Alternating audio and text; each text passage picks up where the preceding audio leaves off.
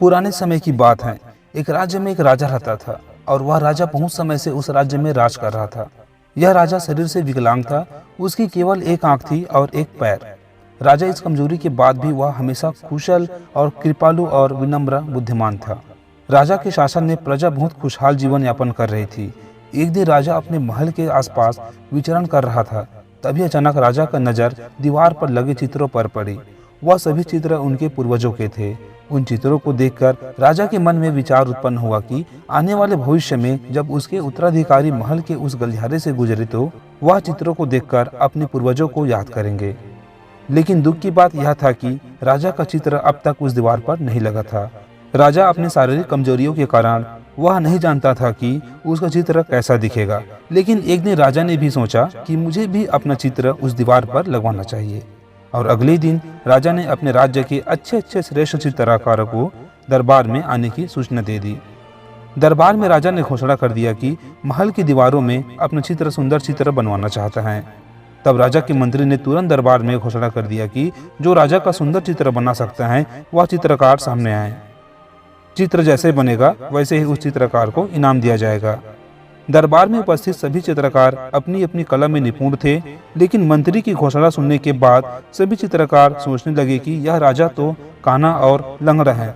ऐसे स्थिति में हम राजा का सुंदर चित्र कैसे बनाएं? यदि चित्र सुंदर नहीं दिखा तो क्या पता राजा क्रोधित होकर सजा भी दे दे। यह विचार किसी चित्रकार को आगे आने का साहस न कर सका। इसीलिए सब कोई न कोई बहाना बनाकर वहां से चले गए। वहां सिर्फ दरबार में एक युवा चित्रकार खड़ा रहा। तब राजा ने उस चित्रकार से पूछा, क्या तुम मेरे चित्र बनाने को तैयार हो? और युवा चित्रकार ने कहा, हाँ महाराज।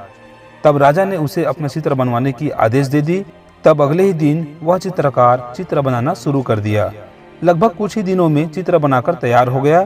जब चित्र को दरबार में प्रस्तुत करने का दिन आया तो दरबार में सभी दरबारी सहित वे सभी चित्रकार भी उपस्थित थे जो पहले आए थे।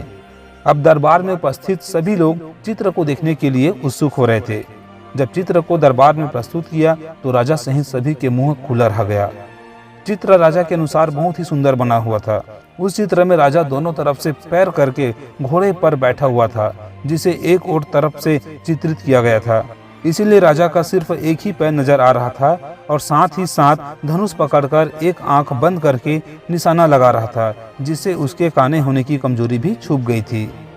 यह चित्र देखकर राजा बहुत प्रसन्न हुआ। चित्रकार ने राजा की शारीरिक कमजोरी को बड़ा चतुराई से छुपाकर सुंदर चित्र बनाया। इसलिए राजा ने उस चित्रकार को इनाम देने के साथ साथ अपने दरबार का मुख्य चित्रकार भी बना दिया।